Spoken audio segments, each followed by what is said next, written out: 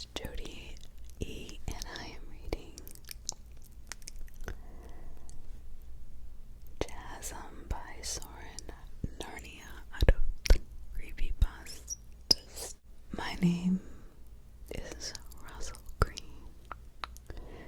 At dawn on the morning of June 14th of this year, I set off on a rented boat to a spot 11 miles north of Homer on the Russia's Lake Baikal. My destination was informally called the Pit of Night. 3 years ago, a giant sinkhole formed spontaneously.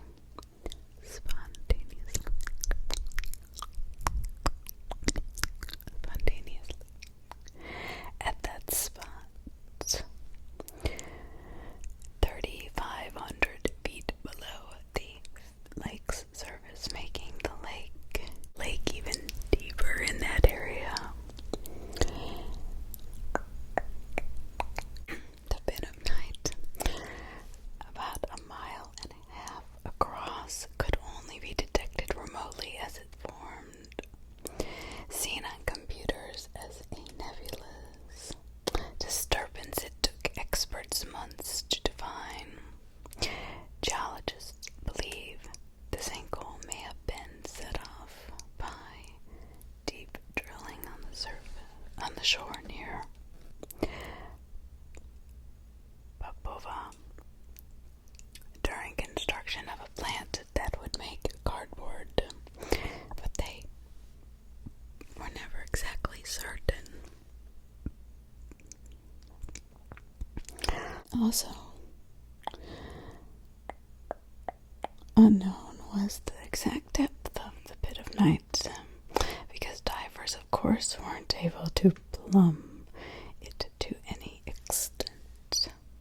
The water pressure became unendurable. At only 1,000 feet, echo sounders combined with colder water temperature in that area pointed to that possibility that the sinkhole was a depth that may not have made the spot and matched the deepest point of the deepest lake in the entire world. That is very deep. Which is Lake Baikal itself. That would mean the bottom point was more than 5,000 feet below the surface.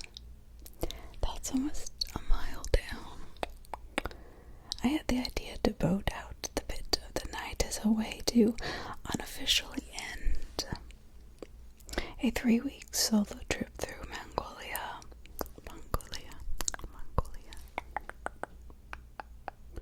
that I had taken on assignment from the Tandem Region Times, based in Ontario.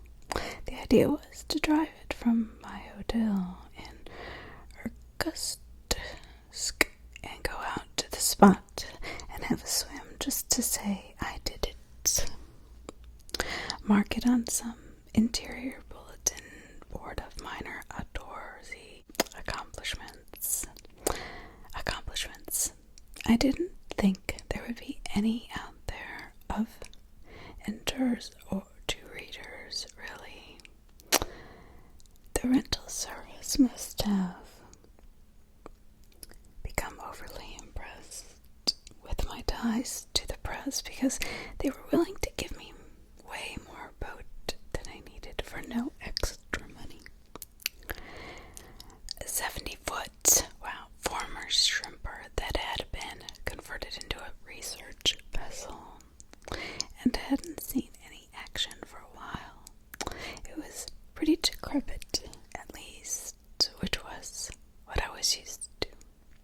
The Pit of Night was a couple of miles beyond the furthest point of tourist travel on that part of the lake. so I expected to be all alone all that hour of the morning. It wasn't quite light when I set out. Set out, set out, set out, set out, set out, set out.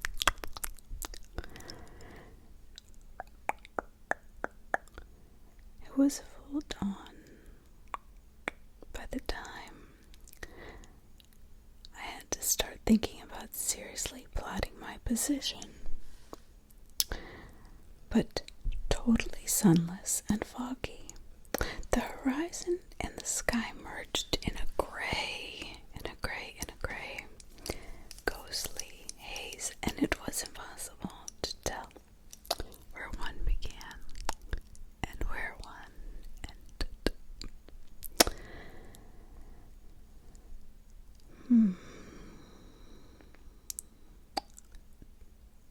The sky was ghostly. It was so calm that day. It was just barely warm enough to have a brief swim in my thermally insulated wetsuit when I got to the right spots. I saw exactly one boat as I went, a Viking 5-star owned by someone rich or one of the charter companies.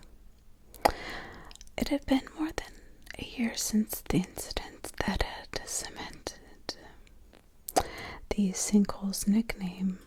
I'm talking, of course, about the disappearance of the Belcher sisters, the German outdoor adventurers in their 20s who were as famous for their fashion model looks and their mountain climbing and deep sea diving exploits, and who didn't mind trading off those looks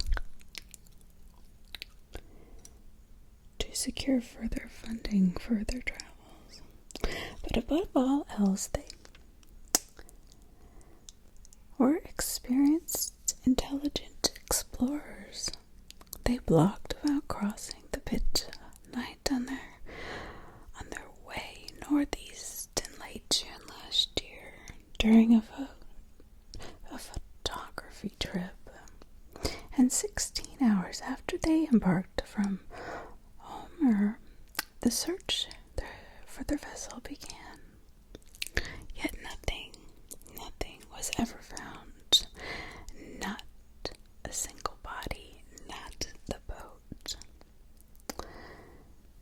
not the slightest sliver of wreckage.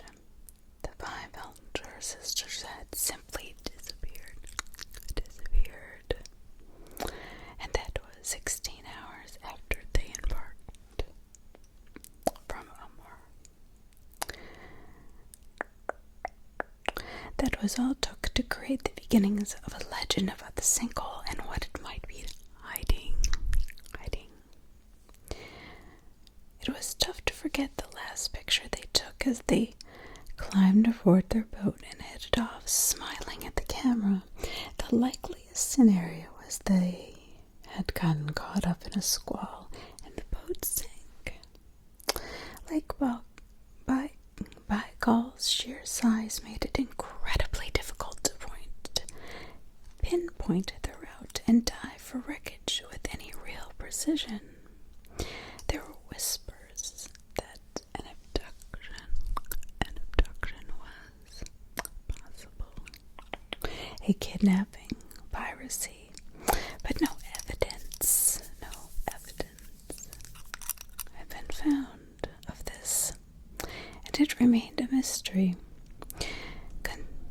Consulting my GPS, I closed in on the sinkhole right on my informal schedule. Putting along quietly at about 12 knots, feeling more and more alone.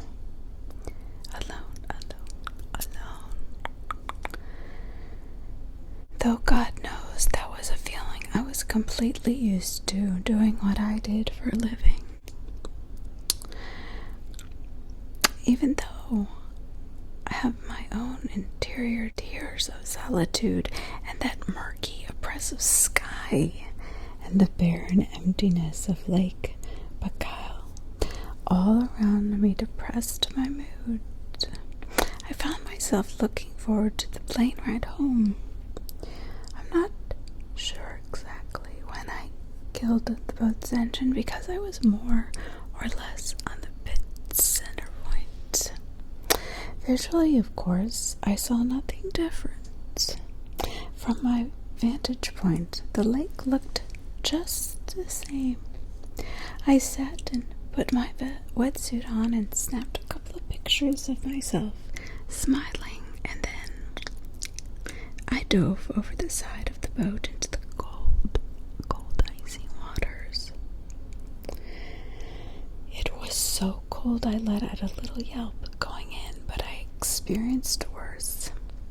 I took a couple of leisurely laps around the boat, then treaded water for a time. Then, for prosperity, I closed my eyes and let myself simply sink.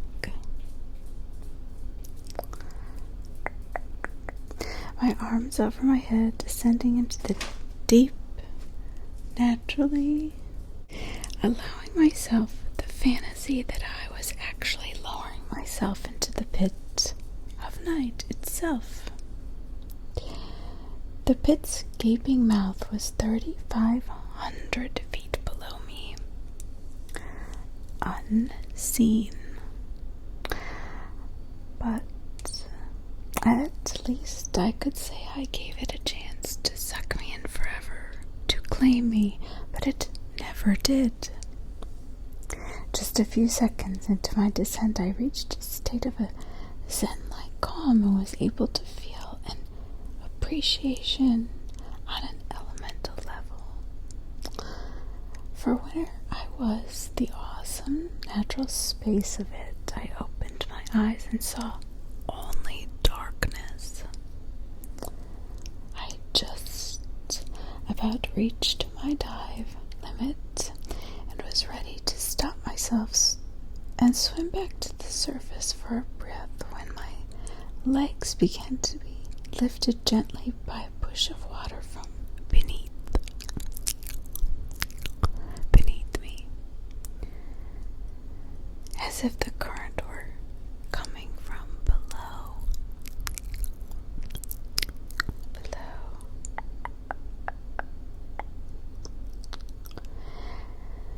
The water felt no warmer or colder.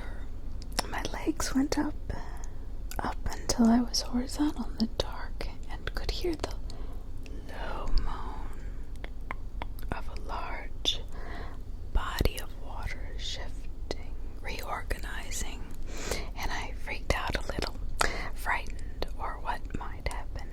of what might happen to me, depending on the size of that current. See, I began to swim upwards quickly, but the current became quickly stronger than and it turned me completely over. I popped up above the surface in a bit of a panic, but I regained control again quickly. The surface of the lake was still calm, only when I was comfortable treading water again did it become just a little choppier where I was. I was maybe 75 feet from the boat, and I swam towards it with some haste. There was no telling where that rush of water had gone to or how big it had been. The only other time in my life I'd felt something like that had been when I was swimming in the Sea of Cortez and a blue whale had passed me from below. The whale wasn't more than 10 feet from me, but there was nothing that size in Lake Baikal, which was strictly a freshwater lake despite its 12,000 square mile size. I had read that the creation of the single may have created powerful vents, but I'd never really read any accounts of any. The old fishing boat rocked very gently as I grasped the ladder slung over its port side and climbed back up. I turned and looked at the spot I'd swam from. There was nothing there of any note. I had my adventure, and after I had changed out of my wetsuit, I headed back to shore. And after I changed out of my wetsuit, I'd head back to shore. I wonder if the Bear Belcher sisters had maybe encountered the result of events, as some actually believed, and how strong it might have been. But even if they had, that might have merely wrecked their boat, but it wouldn't have swallowed it.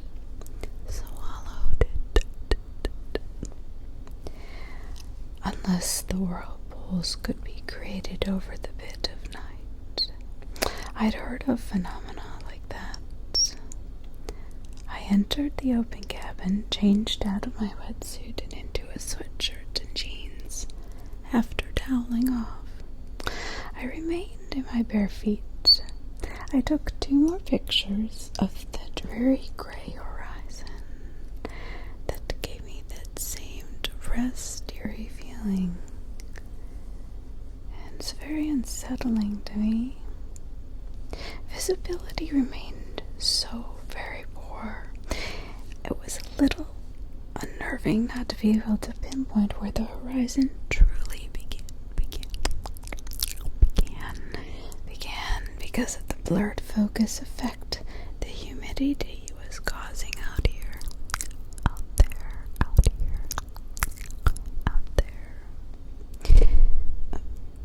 At the point where the surface of the lake disappeared into nothingness, so far out, I could see a very slight disturbance.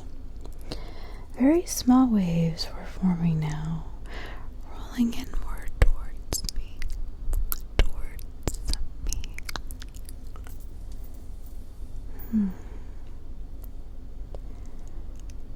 The kind of waves generated by a large craft, but I saw and heard nothing out there. I saw and I heard nothing out there.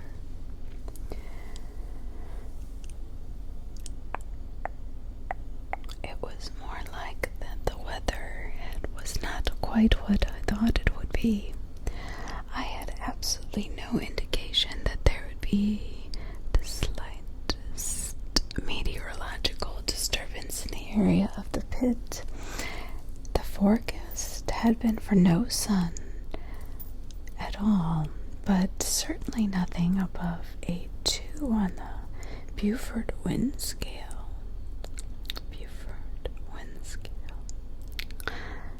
Or Beaufort.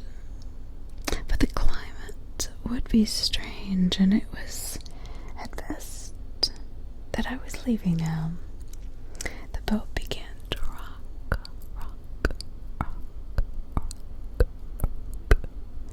gently,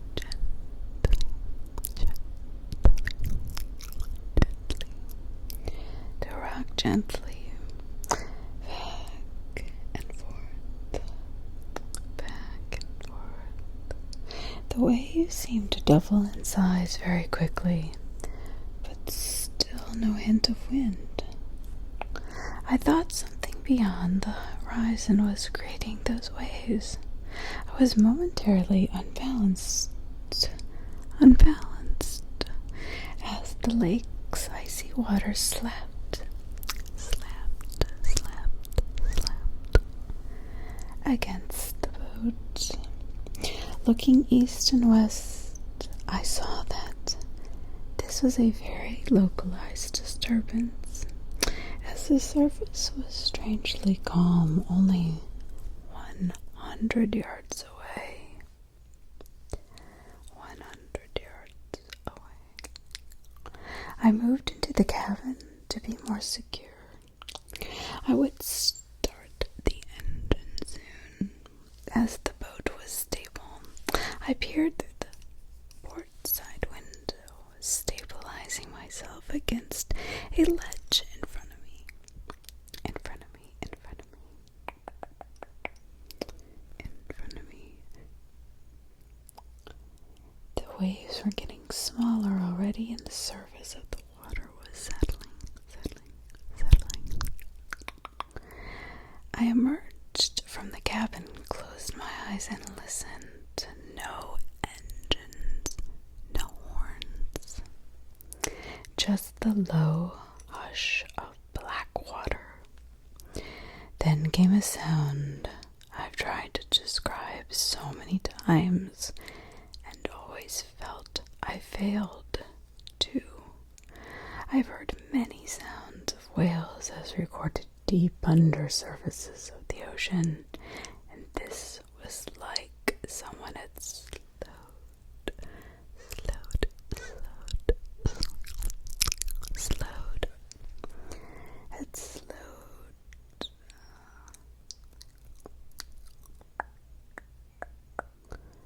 slowed a recording like that, deepening its pitch. It rose from nothing, just barely audible, and demanded that I remain perfectly still and focused to hear it throughout its duration. It reached a sustained moan that seemed to come from beyond a dozen of unseen stone doors, separated by miles of lightless, watery deep. 15, 20 seconds, then gone, dissipating like mist in every direction and no direction at all. Though I felt the source was far beneath me, not out there somewhere on the lake, no. No creature in these waters would have ever made a sound that full, that echoing, and I had that terrifying thought that just maybe that was the sinkhole's creation, and what it sounded like thousands of feet beneath the waves. And then there had now been another destabilization, which was opening it even further, creating a suction which would take me down forever. By now the boat had drifted to a point I guessed was on the southern edge of the pit of night. I started the engine. It kicked grudgingly into life. I had the presence of mind to cue up my smartphone's voice recorder just in case that sound came again. Though I might not even hear it over the sound of the engines, I turned the boat back towards the south,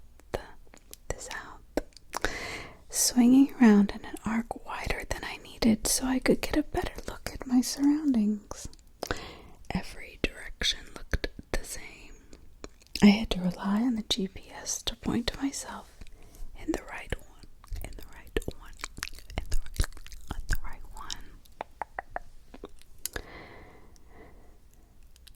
Oh, so paranoid had I become that I cross-checked its hint with the compass on my key ring. I headed back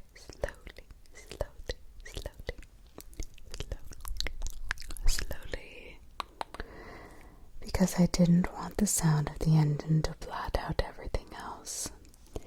I was content to putt along that way for a while, replaying that sound I'd heard in my mind again and again. It was truly no different, and not different enough from things I'd heard in nature in my years of traveling to be something to be feared, but I feared it all the same. I turned and looked behind the boat, and I imagined a brief glimpse of the Bear-Belcher sisters standing near the stern, the color leached from their flesh by days and days, beneath the lake, their location missed again and again by hopeless rescue vessels. I snapped myself out of that quickly. I focused on the tiny GPS so that I wouldn't have to think so much.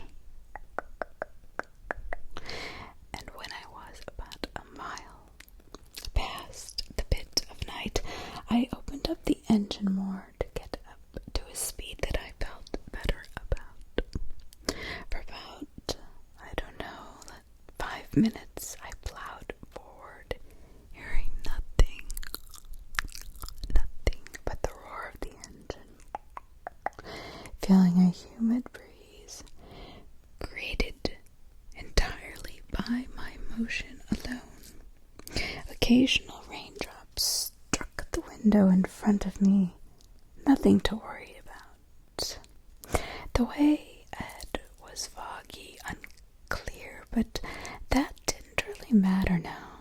My only concern a few minutes from now would be a boat emerging too quickly up ahead. I estimated that I had my attention fixed totally forward for a total of 8. 1, 2, 3, 4, 5, 6, 7, 8 minutes. From now would be a boat. And that is what I was concerned about. But the second time I looked, I turned around and maybe sensed something, but I certainly hadn't heard it. About 150 yards behind me, just at the point where visibility became washed out, some enormous thing was disappearing beneath the waves. This is impossible. When I turned, it had been in the act of descending so that I only saw the end of its rapid motion and wasn't able to accurately judge the size of what I'd seen. I could only see that it had been a dark gray mass, jagged and contoured as if a gigantic rocket poked up from below and then swiftly vanished again in reaction to outside forces. Maybe 15 feet of it had protruded, and for no more than a couple of seconds. From the point where it sank under the waves, white caps rolled outward. Fairly big ones, if I may say so myself. Whatever had gone below hard, and was big enough to create a tidal wave, a shock wave a little bigger than the one I'd experienced before. I killed the motor at once, without thinking, compelled to be moved towards the stern to get even a closer view, a few feet, to see this disturbance or creature, whatever it was, come up again. As the boat drifted, the disturbance created by the thing 150 yards away settled fast, leaving just emptiness. Would it come back up? Could it have been a whale? Would it swallow me whole? I was thinking. This was all impossible, of course. They couldn't have come from a saltwater source to Lake Baikal, and it just seemed like it had been too big. The white caps made it too prominent. I took my camera out and pointed it at the bleak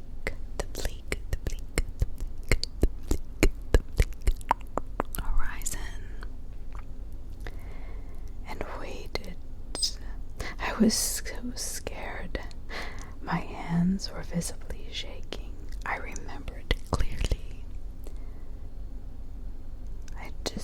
if nothing happened in 30 seconds, I told myself I would retreat and get that boat moving forward again, slowly maybe, on the off chance that I could snap a photograph of some amazing phenomenon.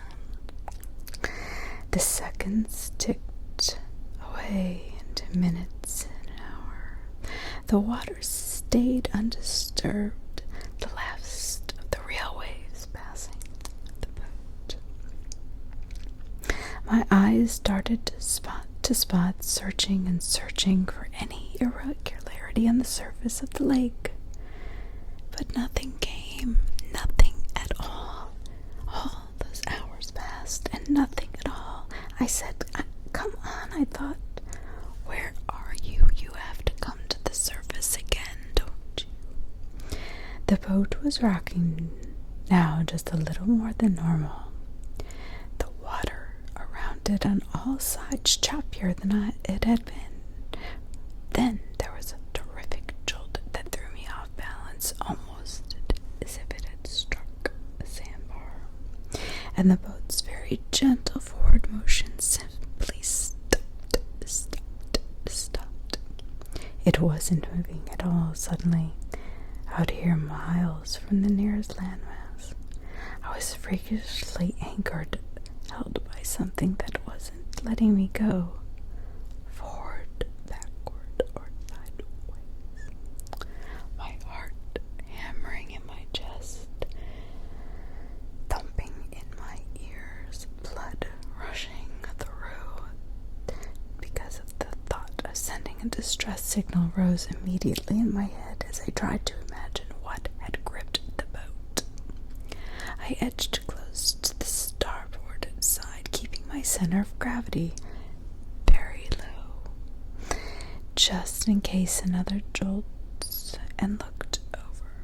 The lake was infuriatingly black and secretive, as if to mock me. A single gull appeared from the east and settled on the dirty stern of the boat. Its tiny eyes seemed to fix right on me. Bastard. Water suddenly flew up from just beyond the stern in an erupting spray. I stopped breathing altogether for those seconds that felt like hours, and a giant pale hook-like object the size of a man whipped from beneath the surface of the water and curled over the edge of the boat. What the hell? The gall disappeared under its bulk. The hook thing smashed into the planks, drove deep into them, slapping them clean as it withdrew. It ripped the boards with and crashed through wood, fiberglass, and steel, smashing a gap there, pieces of the boat splintering and flying into the lake. The entire boat tilted upward, and I grabbed the rolling. As the boat was rolling, I grabbed the railing beside me to hold on. The visibly organic thing went below again after scraping away a massive section of the stern, disintegrating it in half a second, and the boat again settled, but this time uneasily, rocking left, and right, and right. The fear in my mind was unrelenting. I remember just standing there paralyzed for moments to make sure my balance was secure, inert, and assertive, numb with the kind of shock people must feel after seeing a fatal car accident right in front of them, or being told their wife had suddenly died somewhere far away and they couldn't be there to comfort her. My reflexes sent me back into the cabin to gun the engine, even before I could survey just how bad the damage was. My only thought in my mind was to get away as fast as I could.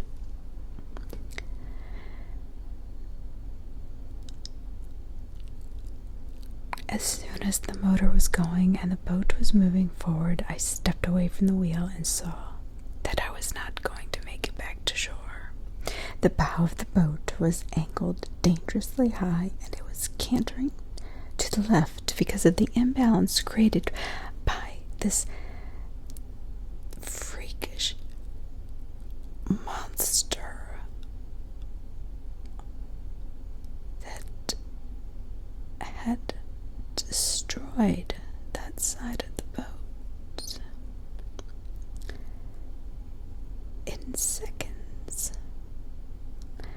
The water was freely lapping over the stern, sloshing into the hole left by this hook thing more and more every second. The water weighing back down, making it too heavy. I would never return and eventually turn over. I thought, in utter despair, it was only a matter of time, so I pushed the engine hard, as hard as it would go, unable to keep the boat on a straight line, having to turn it against the momentum that imbalance was generating. The engine would blow out first, probably destroyed by the lake water. The radio was in perfect working order. With the touch of a button, I sent my GPS coordinates to the Russian border guard, but locating an open channel through a gauntlet of static was the problem. There was a life jacket beside my head, and I tore it free from its hook and got in it as I frantically tried to stabilize both the boat and my own self.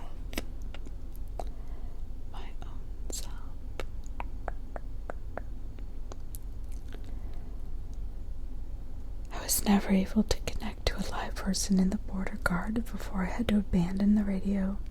My coordinates and cry of Mayday would have to do if they even ever reached anybody. My attention was divided evenly between the way ahead and the way behind. Nothing was chasing me except time. Time. It can be a funny thing in times like this.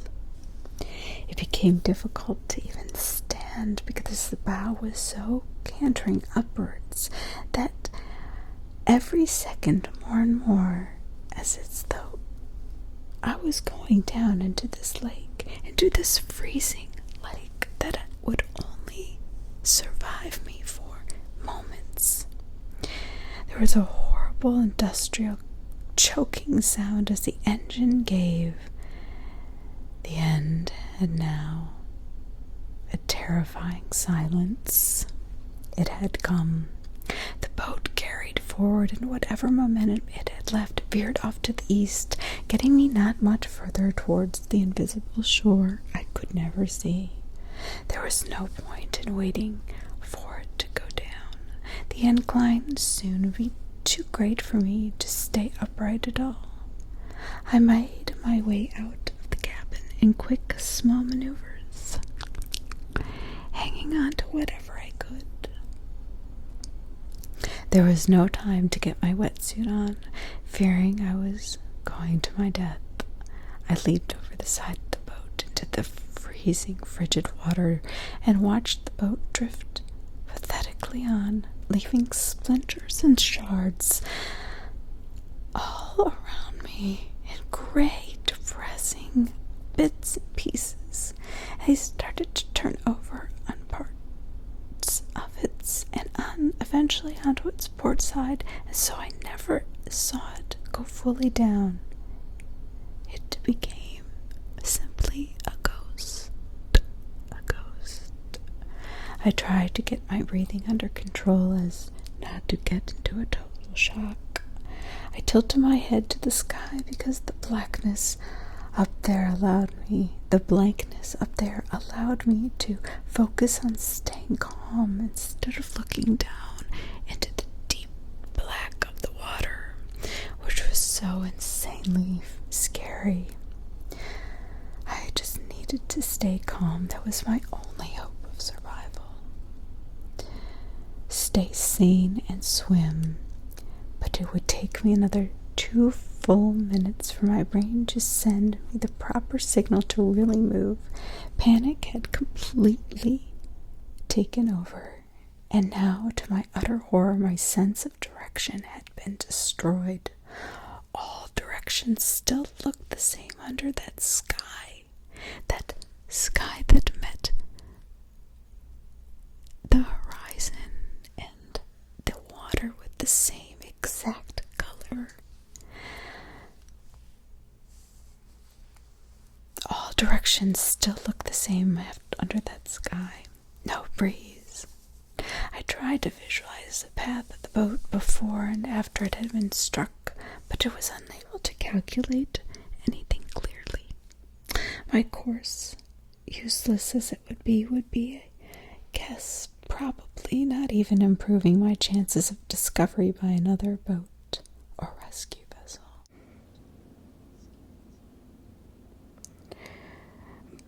By 1%.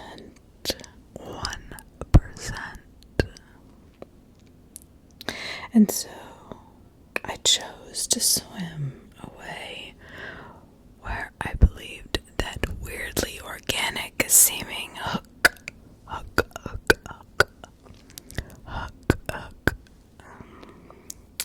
had emerged from the waves.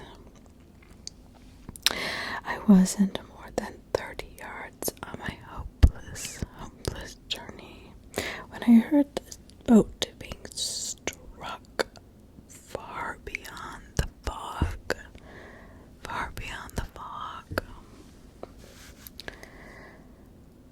Can you imagine the fear? Struck just once, hard enough. Yes, hard enough.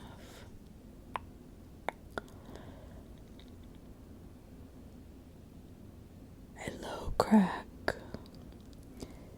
as it split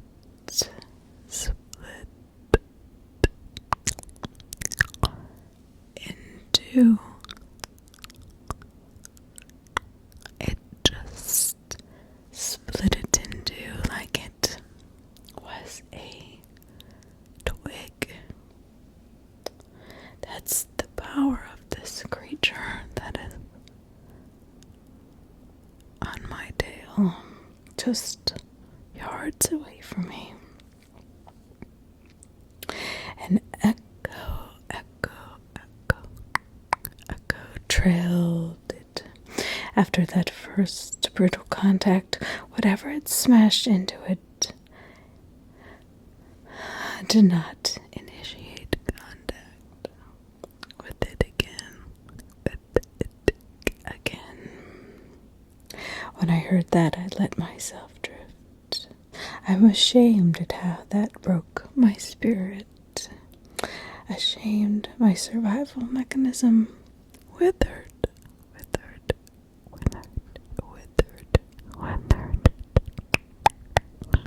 So fast.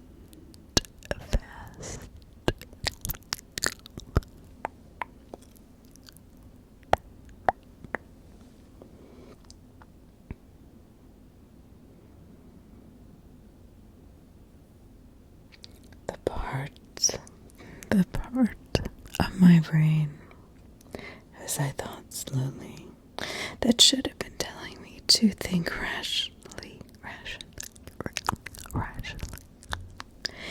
instead told me there was something in the lake that would find me soon enough and take me down to the sink. And something that would be so far beyond the pains of hypothermia and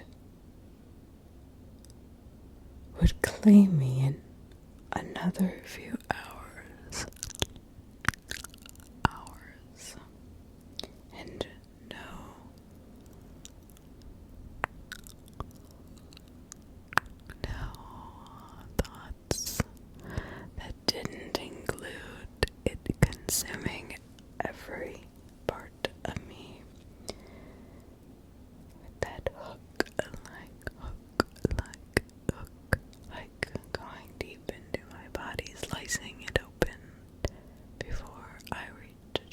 impending death.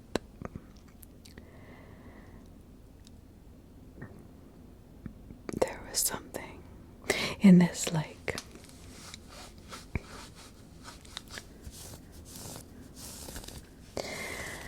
My chances were getting slim to survive, and my desire to struggle to live was waning so fast. There was no cause to struggle because I knew it was coming to an end. So I just let myself go limp as they were fighting to cover meaningless yards of open water that led to that sky and horizon that blended into one. You know, years ago I was taught a trick by a man who almost died in a snowstorm on K2. A trick to remain on an even mental plane in the face of hopelessness.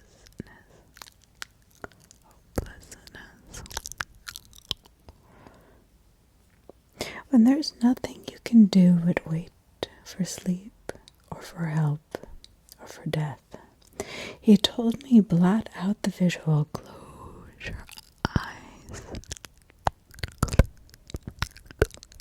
Close your eyes. And keep them closed. Simplify that. Become inert and sightless. And now I could feel that helping me. It was true, processing the visual all around me, which promised only a terrible end, terrified me and depressed my will to live. It did something terribly mentally harmful to the fight to live. I don't know why, but when I closed my eyes and calmed down and started to be alert but not to see, I stopped in that moment and did not overreact anymore, and I did not panic. If I could have kept the sound out of my mind, I would have. I heard water moving in a new way somewhere in front of me, very close. It was being displaced by something tremendous, and I was pushed slowly backward by a sudden current. Still limp, it sounded like a waterfall was being born from nothing, and I began to feel splatters of water strike my face from above. My eyes were locked shut, but I sensed the daylight on my face being eclipsed,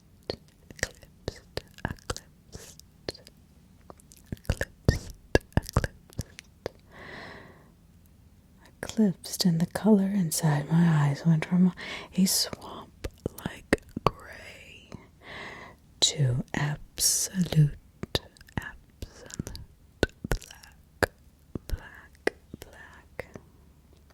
As the sound of something mute rising from the lake continued, the spatters became a torrent.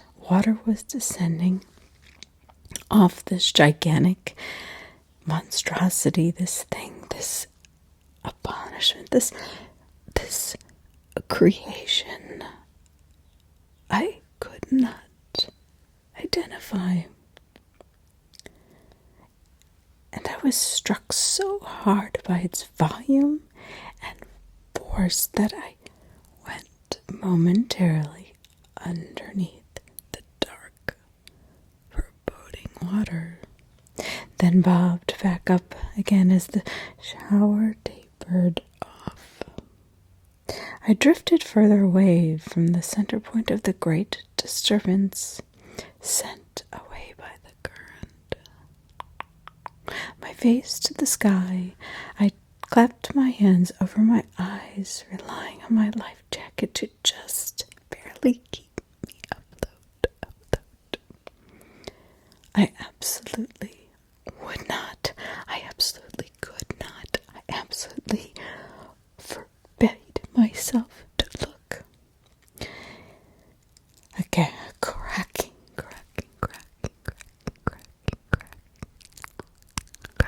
sound came from above. And maybe as far as 100 feet below, something splintering.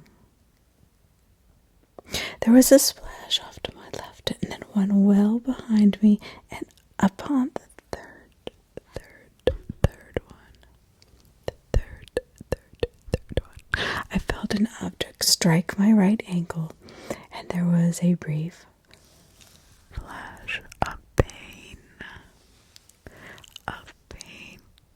I had so profoundly taken leave of my senses that I didn't realize that then what I was feeling the debris from the boat crashing into the lake.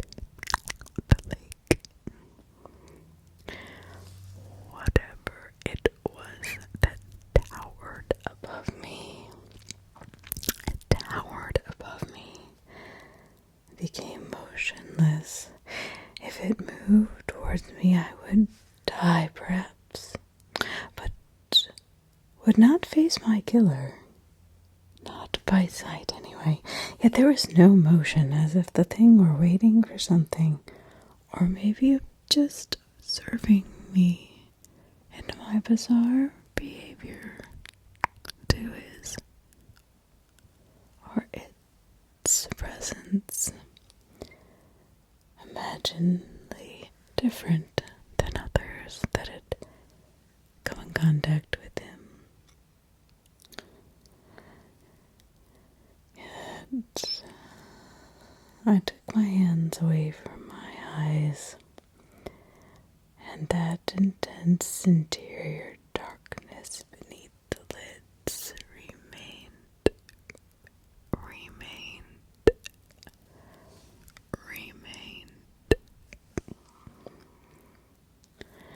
I was still there somewhere, blotting out the ghastly sky. Yes, it was there, blotting out the ghastly sky. Neither was good, but this was worse than the sky. I had to return to the depths all at once. There was a baritone whoosh, whoosh, whoosh, whoosh sound, and then an immense slap against the water surface. Water sprayed across me, and then the waves engulfed me and sent me turning over and over in the black, deep, cold, endless water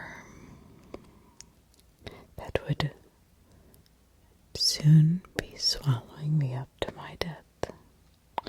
Drowning myself, I felt myself descending, spinning in the darkness, frozen, engulfed by my own doom. Frigid, indifferent lake, Bacal, the deepest in the world. I did not wish to return to the surface again. Here down below where everything was and would be mercifully black forever. I opened my eyes as my body rotated gently, having no idea whether I was upside down, sideways, or even in one piece. A face emerged 10 yards in front of me, floating just a few inches from the point of nothingness. A face unnaturally, impossibly vivid under the water, and then the rest of a body, also white in perfect contrast to the darkness. It was a figure of a woman. But this was no corpse. Like a sculpture made of white soap, the woman once visible remained perfectly still, like she was standing on an invisible pane of glass. Not floating, just standing there. Her hair stayed limp on her shoulders, and where her eyes had been, and her mouth had been, there was just white smoothness. She was holding something in her pale, bony right hand. It was a camera. Then she retreated into the darkness without her limbs moving a single inch, as if an unseen rope around her waist, or retracting. Gone back to the heaven or hell of the corridors of my subconscious mind. Why not both of the sisters? Why just one of them? Why had it been Gerda, who they called the shy one, the long, tormented one? She was tormented by dreams of dying in a plane crash all of her life. I remember gasping uncontrollably.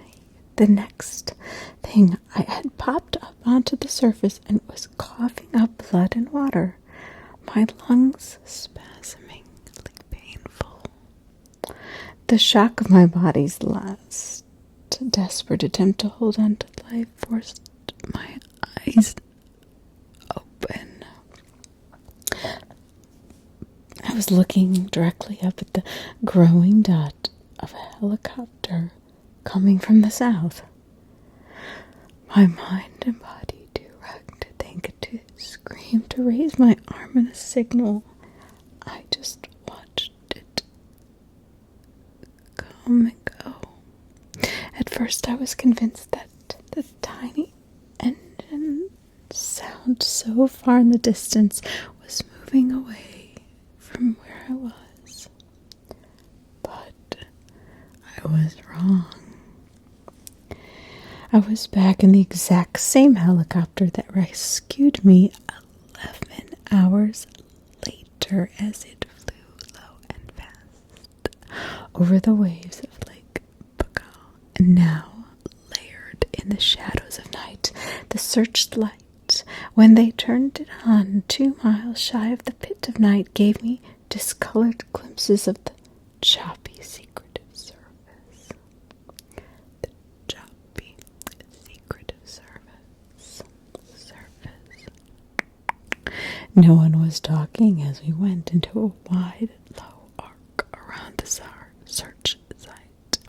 The dangerous cold wind whipping hard, making it very difficult for the pilot to keep us completely steady.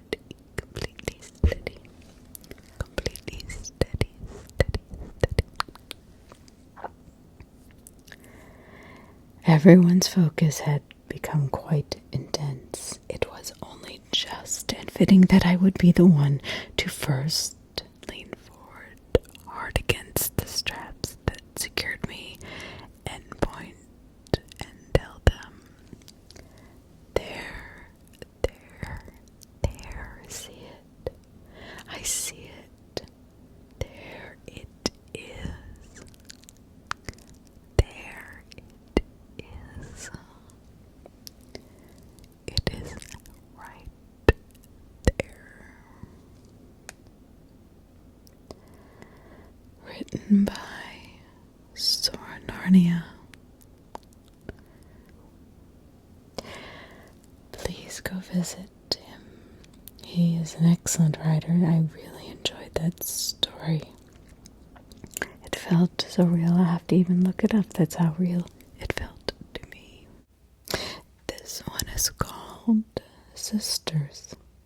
So please go and visit Sora Narnia on any of his social media. I will leave all his information in the description, and then of course I will leave it in the comments when it posts. This is called Sister. My name is Julian Throlt. It is the 7th day of January, 1882. I'm an innkeeper outside the mountain town of Brian Khan at the house of an inn at the base of the French Alps. The inn does not do much trade, and in the winter months I am sometimes alone for days at a time, before I see a single person. In recent times I have earned a pittance, delivering dry goods and sundries once a month to Abbey St. Genest, 8 miles west. The abbey is housed in Castle Archambault, a somewhat forbidding edifice deep into the forest. It is a forbidding place, accessible only by a winding road that is often made impassable by snow. In the time of Napoleon's rule, the castle had been the possession for 20 years of Court Archambault, and as years of Count Archambault and his wife, well respected in their day and generous with their wealth, they were found dead in their bedroom after disappearing from public for many weeks, the victims of suicide by poison. By poison? Why would somebody like that kill themselves and then tell anybody? No, nothing. They were found dead in their bedroom after disappearing from the public for many weeks. The victims apparently of suicide by poison. It was rumored that the Countess Nadia by name had dabbled in the occult and brought doom to herself and her innocent husband by seeking immortality through demonic visitations, turning the castle into an impure, accursed place, habitable only by those with total purity of spirit. All nonsense, of course, a tale conjured by fools to cruelly cast doubt upon the sincerity of the court's donations of his land and riches to a church neither he nor his wife had any dealings with in life. The abbess of St. Genest, Mother Henrietta, a gregarious woman who inevitably came out to meet my wagon during a delivery and always insisted on helping me with the load while she entertained me with the latest joke she'd heard from the man who helped the sisters tend to their expansive gardens. I grew fond of her over the 2 years I delivered to the Abbey, sometimes taking the sisters' handmade crafts and pies back with me to sell at the inn. One afternoon in November, I loaded up my wagon with barley, rice, cabbages, and pears, and began a 90-minute trek to the Abbey to drop off the month's supplies.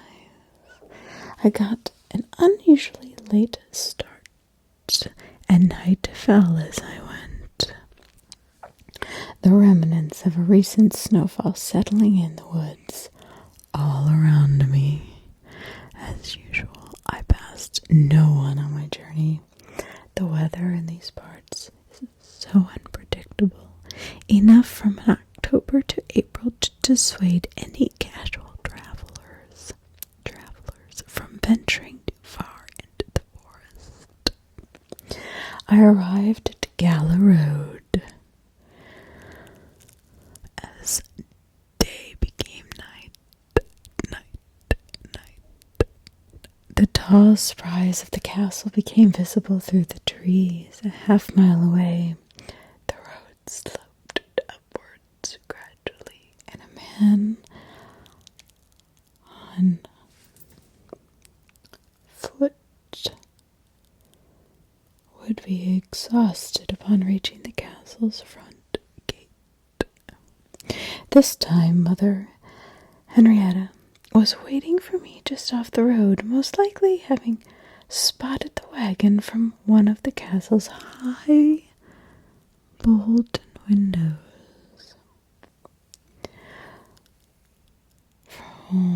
She laughed at my tardiness and informed me that the Abbey was not accepting overnight guests. No matter the color of my coin. She opened the gate so I could proceed to the storehouse, where two of the sisters would assist me in unloading the goods. I never felt less than humbled on the castle grounds, small before its immensity, although I was surely of modest size when compared with some of the Alps. Although it was surely of modest size when compared with some of the Alps, cascading among them. When we were done and I was to be on my way, Mother Henrietta approached me holding something in her arms, something swaddled in a blue blanket. She introduced me to what she called her little friend, a baby deer that had wandered into the grounds seeking shelter. She held it fondly and maternally,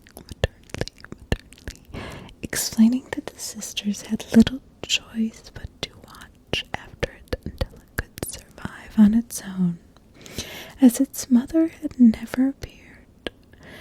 Peering through the growing dark, I saw that the deer was sleeping, its head almost completely enclosed and snug under the blanket. I told Mother Henrietta I was surprised the baby wasn't awoke and alerted in the bitter cold. She said worried about that too. The poor creature often slept for hours and hours at a time. I reached a hand under the blanket and touched its little head. For some reason, the deer's body was incredibly warm to the touch, disturbingly so. I mentioned this to Mother Henrietta, and she concurred. All they could do was pray for the best for the little tiny beast and take care of it as they could. And that was my November visit to the Abbey. I reached the inn by 7 o'clock and settled in for the night with a book. After falling asleep, I fell prey to some terrifying dreams. I came awake well past midnight, trying to shake a vision of a gigantic undersea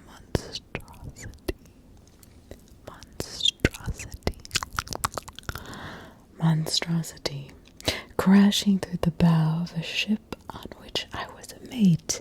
At the sound of a crewman screaming and the bow splitting, dooming all on board to death in the ocean.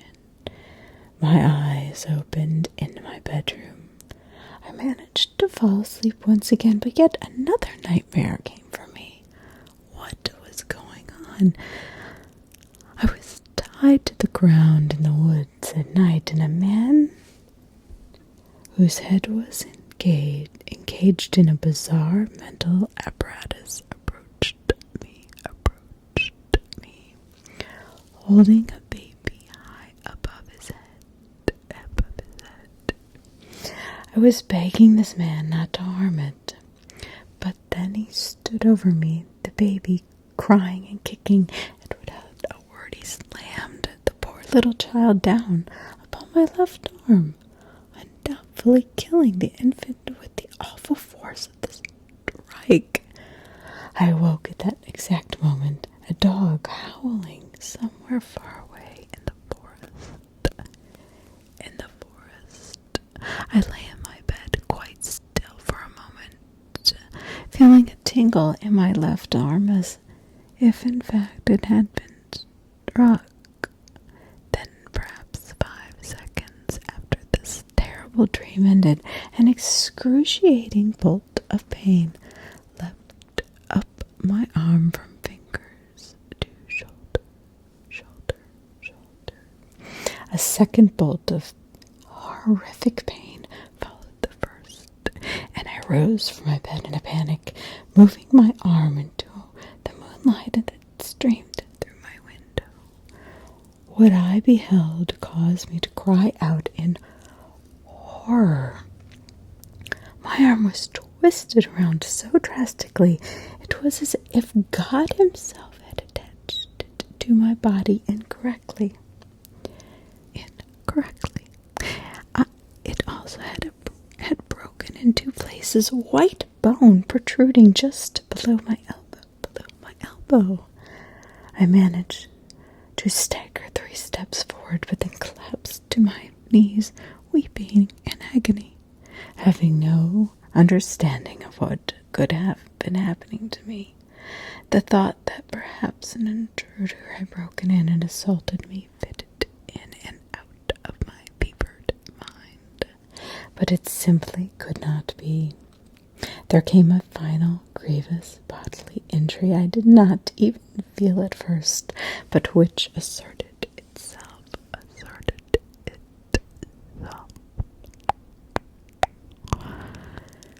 Yes. There in the dark, only when I began to stumble down the stairs to the innkeeper's bottom floor. Some of the fingers of my left hand and my entire palm had been burnt red as if I had doused it in all hot boiling water. Only 3 or 4 days later did I become certain that the afflicted flesh corresponded exactly to that which had touched the tiny deer brought to me by Mother Henrietta. Not 10 minutes after discovering my injuries, I made my way out to my horse and climbed onto its back with great effort as not to have my arm strike his side, since I could not move it at all. I had made effort of none to wrap it. It would be too painful. For somehow I rode 4 miles.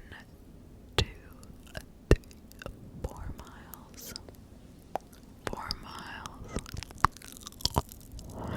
To a veterinarian whom I knew lived in a small cottage by the main road. Urging my horse to a gallop despite the fact that jostling caused me great agony, I simply could not take my time. The veterinarian's wife answered my plaintive knocking. Though the man himself was away, she had learned much from him over the years, and somehow she was able to set my arm just well enough so that I could get 2 hours rest beside the hearth and set off at dawn. She plying me with narcotic whiskey from the moment I entered that saintly woman's abode. My injuries were slow to heal, but Heal they did. It was immensely difficult to operate the inn with just one young hired hand as I recovered. But I hosted only 3 guests in late November, along with the semi-nightly visitors whose numbers I could normally count on one hand. I told those who inquired that I'd fallen off a ladder while conducting a repair on the roof of the building of my inn. Nothing made sense anymore. Always privately musing upon what could possibly have happened, have caused this affliction. Nothing made sense. Especially puzzling was the conundrum of the burns on my hand. The pain from these marks had faded quickly, but the redness remained for almost a week. On the 12th of December, a carpenter named Gorski delivered a message to me from the abbey. It was in Mother Henrietta's hand, and in the note she told me that illness had overcome many of the sisters, including herself, and that it was best if I not begin my monthly goods delivery at all. She explained that they had more than enough stores to last another few weeks, and that it was not worth the risk to my health to come out and make contact. I asked Gorski how Mother Henrietta had given him the letter, and he said it had simply been nailed to a post beside the abbey's front gate with a request that it be delivered to me. I thanked him, a bit worried as the nature of the illness Mother Henrietta mentioned remained a mystery. Most likely a virus had laid them low. Perhaps almost all of the 19 women who lived in the castle. More troublesome was the possibility that a sudden snowfall might cut me off from the sisters for an extra week, or even 2 or 3, possibly. If I was not able to get there on a schedule and such a storm occurred, I knew they might go hungry, being desperately poor.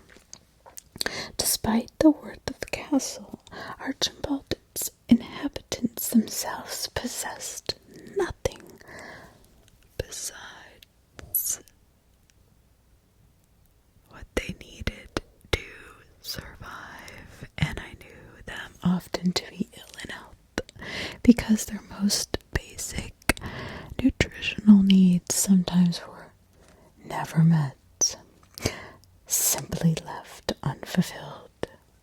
I awaited further news, but the next time Gorski passed by, he said he'd seen no more communications outside the abbey's gate, as he'd made his way past the day before, sitting with a glass of schnapps, and he did mention he'd seen one thing that had given him pause. He labored to describe it to me, uncertain as to how to convey the image in words, and unsure of what to make of it. The sun had been low in the sky as he trotted up his horse. Gola Road, the horizon orange and red, throwing everything into a sharp relief. In a high room, he'd seen 2 silhouettes, feminine ones. They were engaged in a frenetic sort of dance. He thought that wasn't quite right, that they were locked in arms and were spinning fast, their heads cocked back, and one body urging the other towards greater and greater speed. There is nothing in this act, Gorski said, that suggested playfulness joy. Trees had blocked his view rather quickly, and he had been unable to get another look at this anomaly.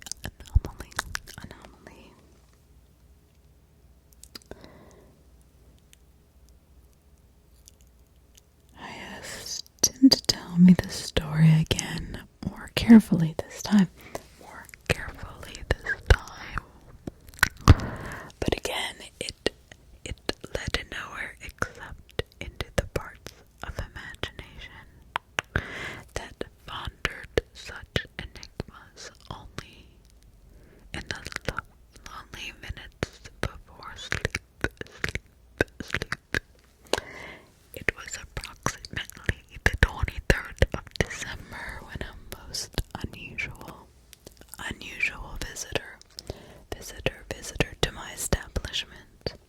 At that time, after a snowfall of 14 inches. Over a course of a single Saturday, no guests were staying at the inn, and no one at all had come in for a drink or refreshment in 2 days. Only when the weather warmed in late April would the inn become busy again, and my life less afflicted with banal solitude.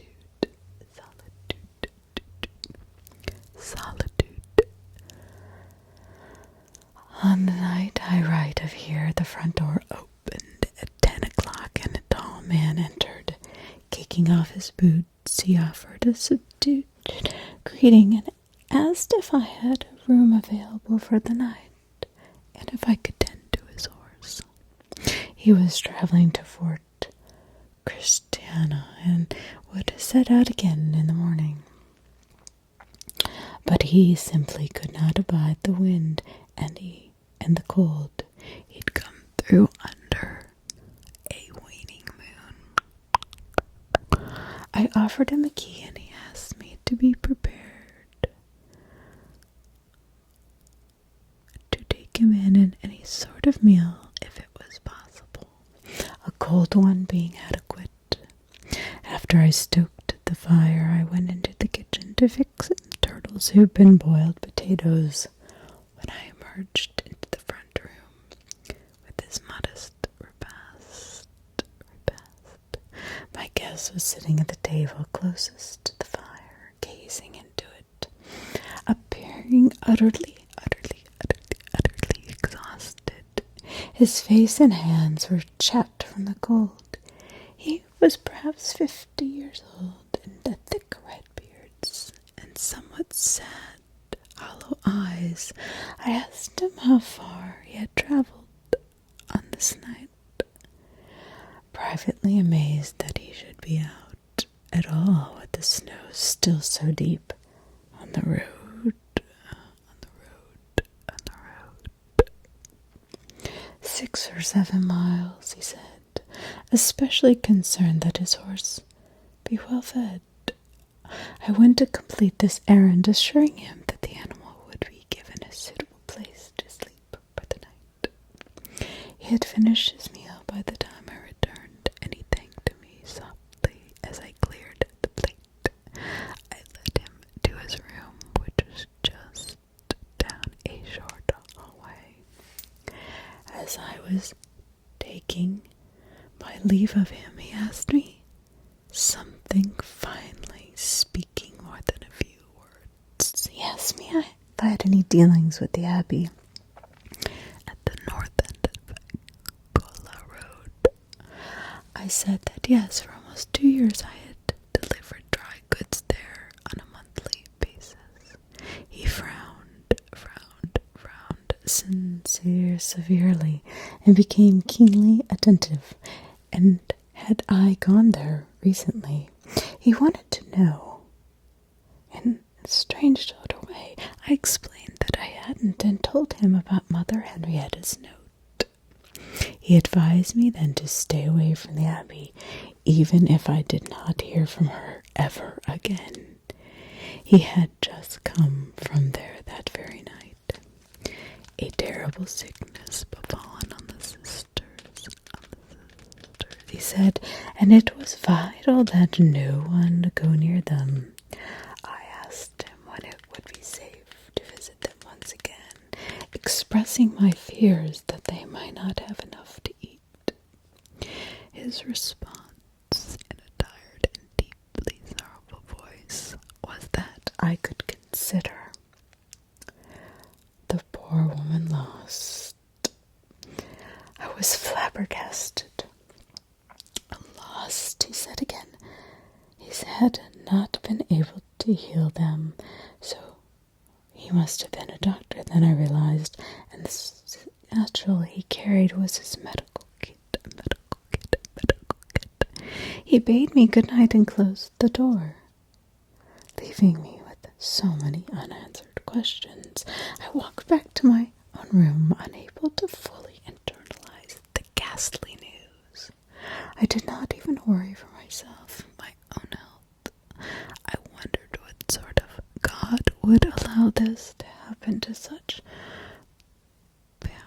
pious woman, but of course, disease had taken away many people of my acquaintance over the years. The Abbey was a most difficult place to live, its unfeeling stone a cruel conductor of the winter chill. I would try to learn more as time went on. The thought occurred to me that perhaps the nun's adoption of a wild animal, even one so seemingly harmless, had brought them a devastating illness. I still remember its odd and inexplicable warmth to my touch and the troubling imprint it had left upon my person. The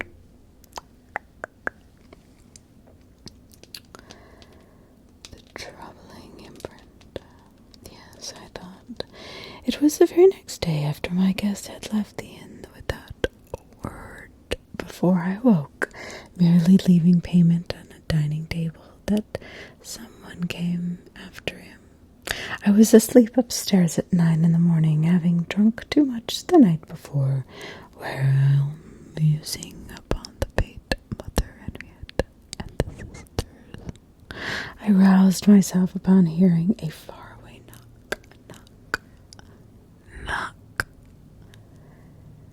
knock on the door.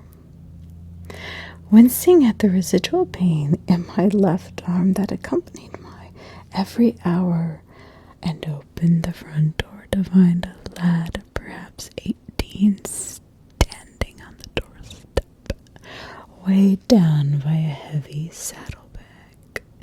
He asked me if Father Surf was still here, or if he had ridden on across La Durance. I told him I did not know Father Surf, but the lad seemed to believe he had stayed at the inn the night before. Soon enough it became apparent from the young man's physical description of my guest that the man had not been a doctor at all, but a servant of the cloth, a father to God,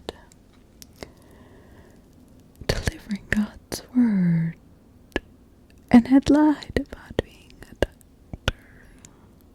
I thought to myself, I guess he didn't lie. I just assumed.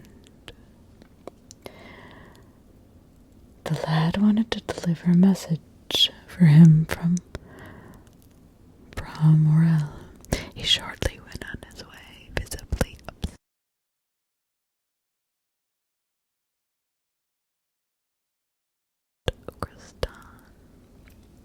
As the days passed and the precious few who came to the inn seemed to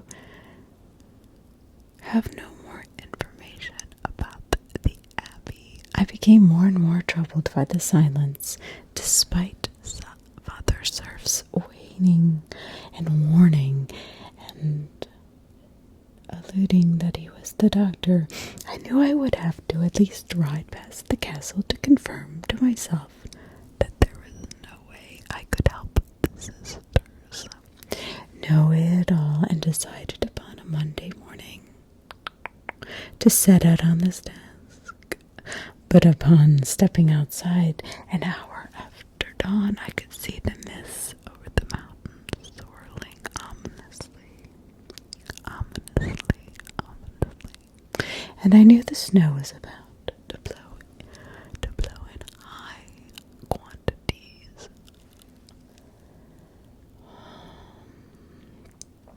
And even higher, stronger winds. It'd be no way. There would be no way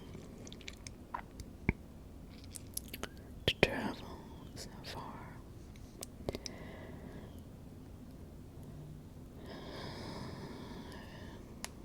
The ominous feeling and foreboding, looking into the sky, and I knew the snow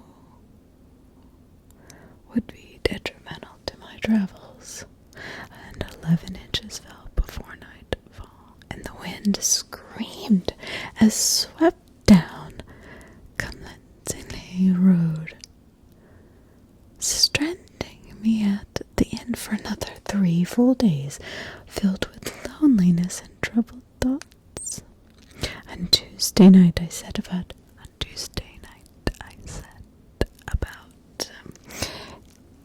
a thorough cleaning of the inn's 5 empty rooms in an attempt to take my mind of such disconcerting matters. In the room that had been most recently inhabited by a young and very friendly scholar who had been passing through and compiling notes for a book about the episcopacy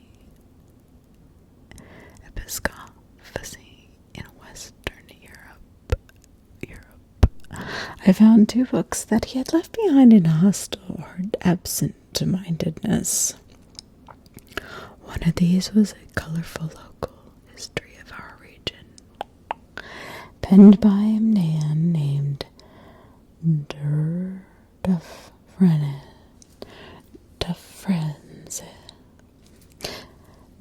Frenze. I knew of him, actually. He had taught me at my school when I was but a lad of 17. I took a chair by the fire and paged through it,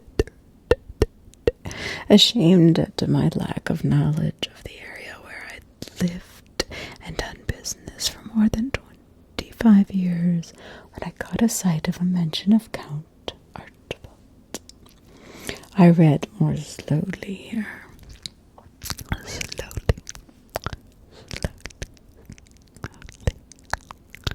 And more observantly.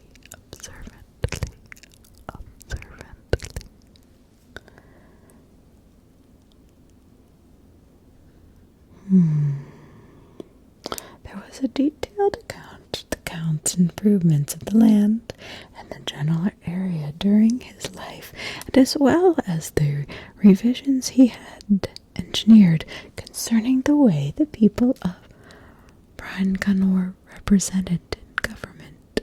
But the pages also bore mention of his curious death beside his wife, who had also expired from poisoning, almost certain by their own hand. 5 years after they passed, and 1 year before the Catholic Church officially took possession of the land, and according to Archibald's will, after much legal dispute, the castle was inhabited by a respectable family named Rochette. They became the center of a mystery, as all 9 family members disappeared without a trace, sometime in the year 1809, including 2 young children who came to the castle in response to a curious lack of communication, found the place well appointed as always, but completely empty. The family's horses unfed and dying, no explanation for their vanishing, and no trace of any of them was ever found. It was at this time that whispers of some satanic influence within the castle took hold as never before. and those who believe that Nadia Archibald had been a witch had their notions entertained for decades. In the minds of superstitious, she was a craven temptress whose true ambition had been to reach out from beyond the grave to consume the souls of the living. From what Tavresna said could surmise, much of the slander that stained their names had grown as a response to their social repentance and their rather frightful appearance. She was described as a wisp of a creature, pale as sleet, with a piercing gaze. Then there was the cryptical tale of a soldier boarding in Brian who, struggling on foot through the great storm of 1801 to reach his declining mother, saw the castle rising in the distance against the stars and trudged up Kula Road in the hope that somebody might be there and offer him a bed for the night. According to legend, dutifully reported by Fresna's rambling history, the soldier saw through the blowing snow a small woman, wearing neither coat nor hat nor gloves, standing with her back to him in the center of the road. When he reached her, he turned and touched his chest she touched his chest with bony fingers, issuing him an invitation to lay with her in the castle.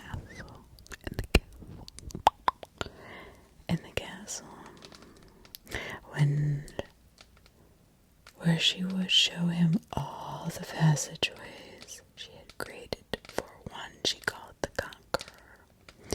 On her forehead was marked an inverted cross. The soldier fled this woman, and upon seeing a portrait of Countess Archibald long after her death, swore it had been she whom he'd seen that night. He had not supposedly been one of Napoleon's most trusted captains by that time.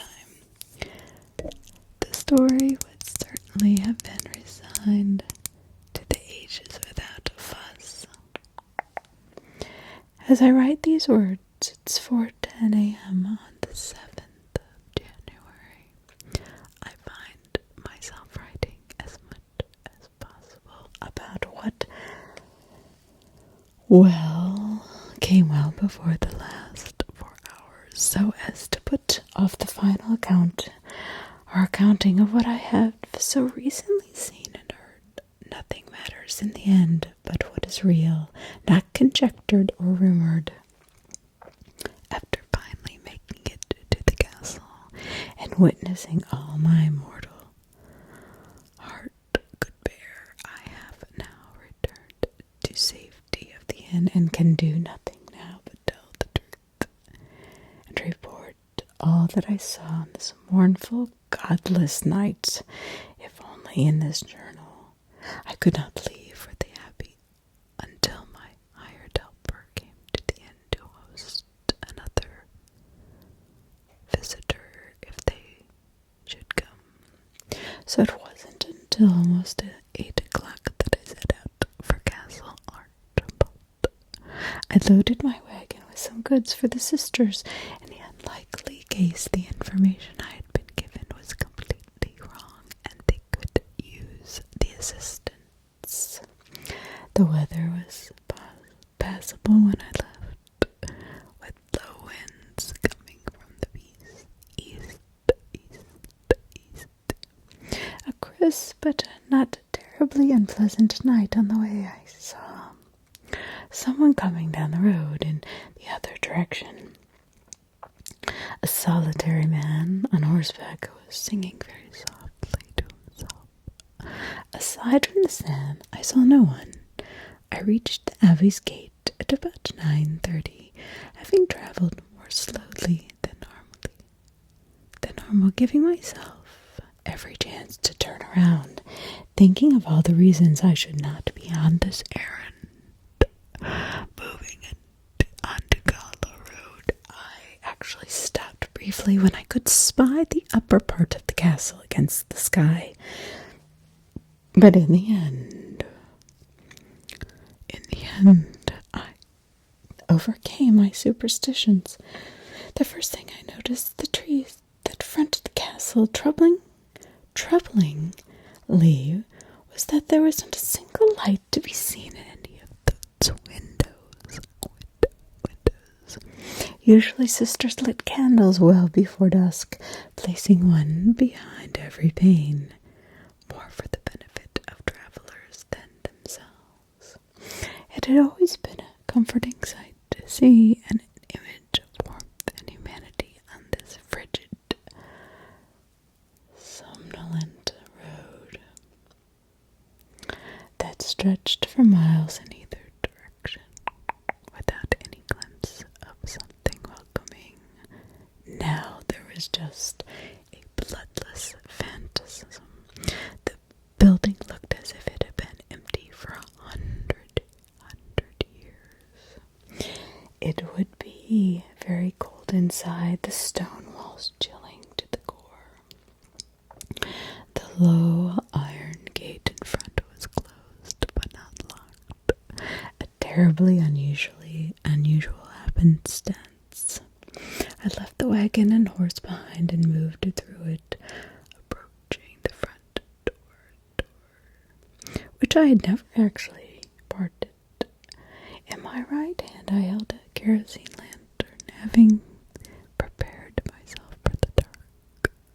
Embedded in the door was a heavy knocker shaped like an owl, which I struck 5, 1, 2, 3, 4, 5 times against the wood. I waited, but no one came.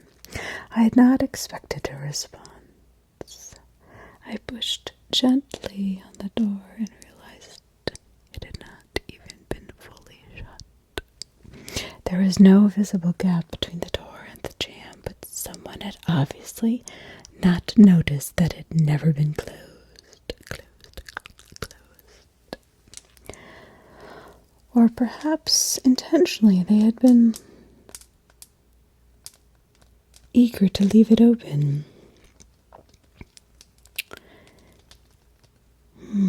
But it just left me with a strange feeling in the gut of my innards. I entered Castle Archibald for the first time. All was black within. Closing the door behind me against the light wind, I found myself in a long, drafty front hall that stretched left and right.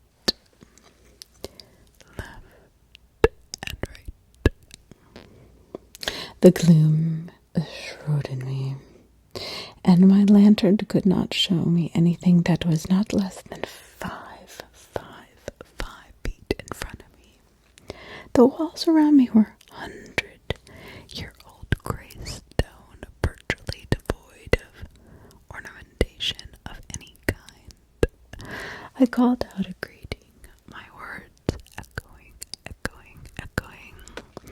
with a sad hollowness, and I received nothing in return. I chose to move to my left down the hall, stepping carefully, my eyes trained mostly downward. The floor was scratched and in many places was not quite level with the earth. My foot came to rest on dead winter leaves once or twice, a sign that perhaps the front door had been left open wider and longer than first it seemed. This sisters would certainly have swept them out right away. I knew it was true then that they had all perished. I needed little more proof. I wondered if Father Serf had at least sent men to give them all a Christian burial before leaving his castle to an uneasy repose. The hallway ended at a short flight on curving steps that I ascended, surprised at the din of my boots. On the stone before me was a short corridor with a single room on each side. I moved forward. There was a sound that I had heard, a faint musical note coming from the end of the corridor. Someone was at a piano or something. And from the depths of my despair and the pain in my heart, it leapt with hope.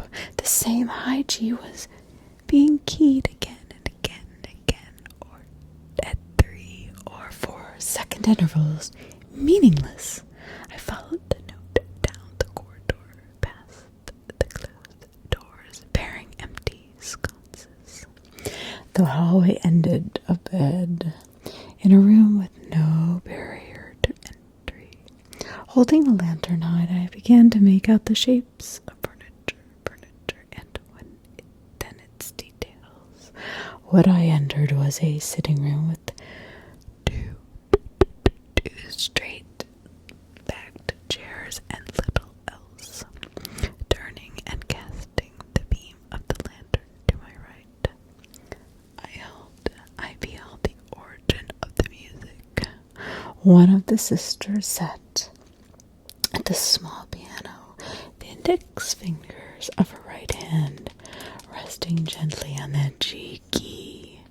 She lifted and reset it, striking the note again for the 7th or 8th time. There was something deeply wrong with this woman, as I saw instantly. She was completely unclothed from head to toe. She sat there in this tremulous enclosure. My puny light revealed a naked and emaciated body. I would have looked away in shame had my eyes not been drawn irrevocably to her face. The sister, one of the younger ones at the abbey, appeared blindfolded. But then, looking harder, I saw the truth of the matter. What she was, that she had been crudely and haphazardly bandaged around the eyes. She was utterly blind as she sat there naked and unaware of my presence. She must have been freezing, but it never showed a sign in her at all. I did not know what to say, or if I should say anything at all, and meekly withdraw from the castle. But then she sensed my presence and took her finger from that solitary key. The sound of the note faded to nothing, and there was silence, save for the sound of the wind sighing through the castle's hidden crevices. Slowly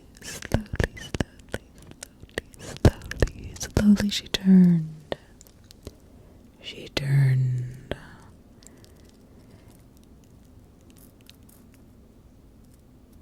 She turned right, her head in my direction.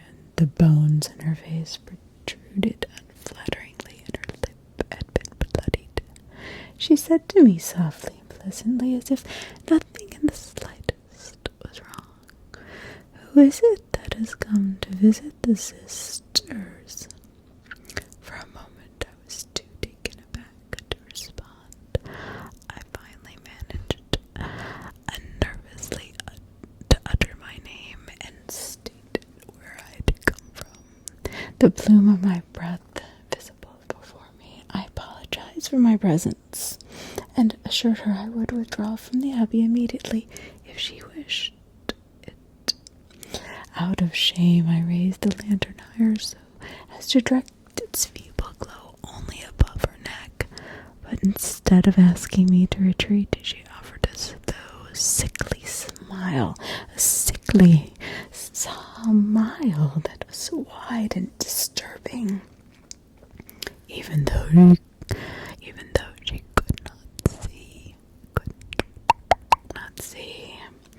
she could not see a thing. She seemed to be looking directly at me. She bade me to stay and meet the others. I swallowed hard. I could see a drop of moisture high on her cheek, and moving just a little closer, determined that what I was looking at was blood. I asked the sister if she desired a blanket or food from my wagon or medical assistance. I could not stop myself from asking what was wrong with her eyes. She tilted her head strangely. She said that, of course, she had torn them out as soon as she'd been able. Certain that I had misheard, I leaned in even closer and asked her to repeat her words. When she did, in a chilling tone that made me feel like a child caught on not paying attention, I asked her why she had done such a terrible thing.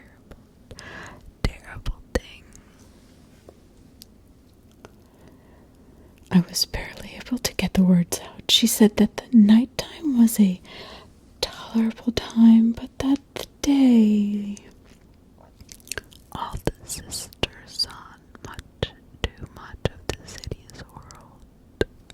I stood in stunned silence.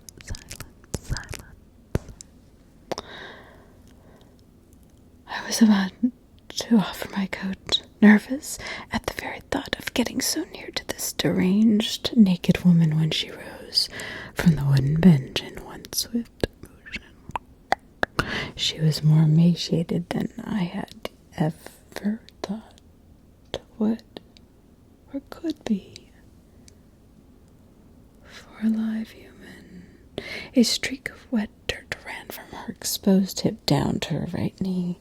She excused herself, told me she was terribly late for vespers, and suddenly took off in a run past me, moving trustingly into the dark, arms outstretched, with no eyes to see. Instinctively I reached out for her, but my fingers only brushed her shoulder, which was so cold to the touch that I would have believed she would be a corpse. She left the room and moved down the hallway, intent on leaving me behind. Mortified, I remained where I was. The light of the lantern gave me the last glimpse of her I would ever have. Her short, ragged, black hair matted to her skull. As she vanished, feet making soft patting sounds on the stone. It was fear that kept me in place, fear that had already overwhelmed my sense of concern and composition and compassion. But there in the abbey felt like being in a tomb. I knew that if I turned fully in the direction the sister had retreated to in such a strange way, I would never leave. So I continued out the front door, climbed into my wagon, left, and never would return. So I forced myself to stand perfectly still and reclaim my nerves. 30 seconds had passed. Then a full minute, I shone the light around the room. There was a thin door set in the rear wall wall, and I went into it. As I touched the knob, I felt a draft swirl around my legs, and I heard the sound of a single dead leaf tumbling across the stone nearby.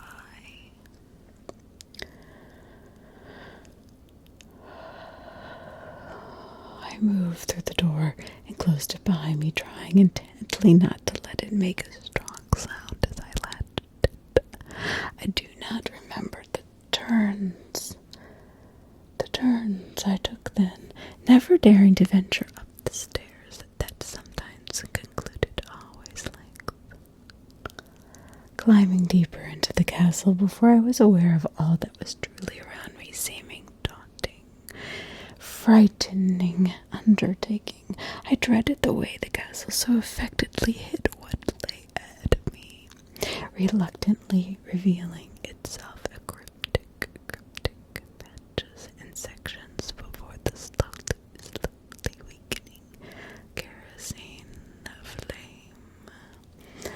I had no more than 5 minutes more navigating the lonesome abbey's narrow passageways before I received another more ghastly shock.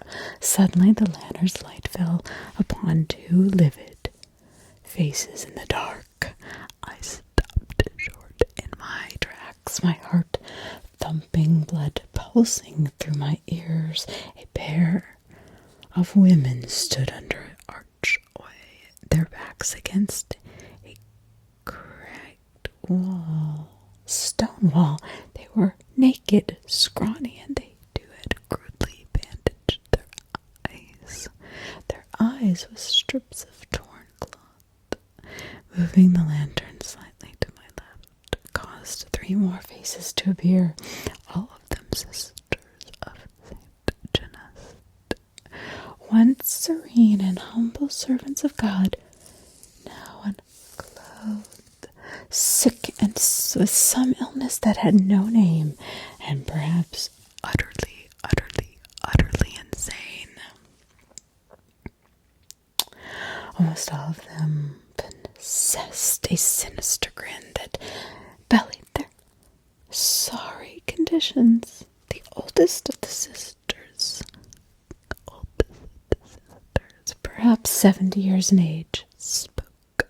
She said how delightful it was that someone other than Father Surf could visit them and perhaps bring them treats. She hoped whoever stood before them now would be kinder than Father Surf had been, less given to judgment. I did not respond until another sister asked my name, and I gave it. One of them offered apology that Mother Henrietta was not here to receive me when I asked where she was. Another replied that she had been among the first to offer herself up for feeding. I asked what that meant, and the older sister barked out a hoarse laughter. "We must show him," she said.